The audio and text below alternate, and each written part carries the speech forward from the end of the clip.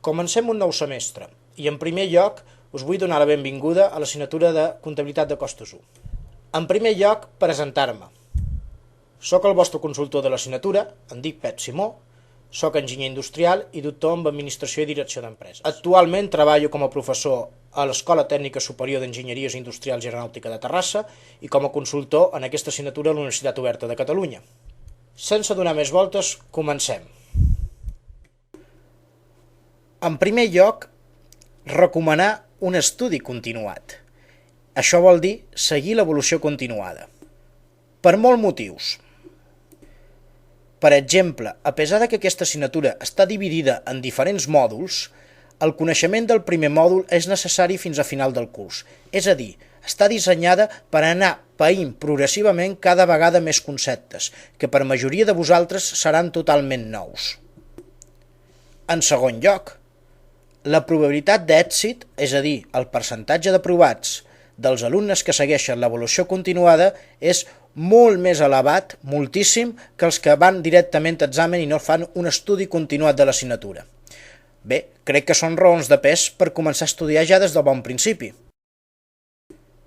Com és ja tradicional, disposeu d'una sèrie d'eines bàsiques, que molt de vosaltres ja coneixereu. En el tauler aniré penjant la informació fonamental perquè vos aneu assabentant de quan s'han de lliurar les PAC, de material complementari, etc. Per altra part, tant podeu utilitzar el fòrum per fer dubtes generals i ajudar-vos entre vosaltres, podeu contestar tots, tant quan si és una dubte més concreta, enviar-me al meu correu electrònic. I per últim, el debats, que en aquesta assignatura se'n plantegen 3 durant el curs. Tinc en compte els participants. Però més enllà de que ho tingui en compte o no, considero els debats molt importants perquè ja es plantejarà un cas pràctic molt similar al que tindreu que lliurar a la PAC. Per tant, constitueix un dels materials més valuosos dels que disposareu per superar l'assignatura. Durant el curs plantejarem 4 PACs. Per poder superar l'assignatura cal lliurar-ne com a mínim 3. Però, lògicament, podeu lliurar, i recomano, lliurar-les totes, les 4 PACs. Per què? Si els lliurau totes, comptabilitzaré les 3 millors notes de les PAC lliurades.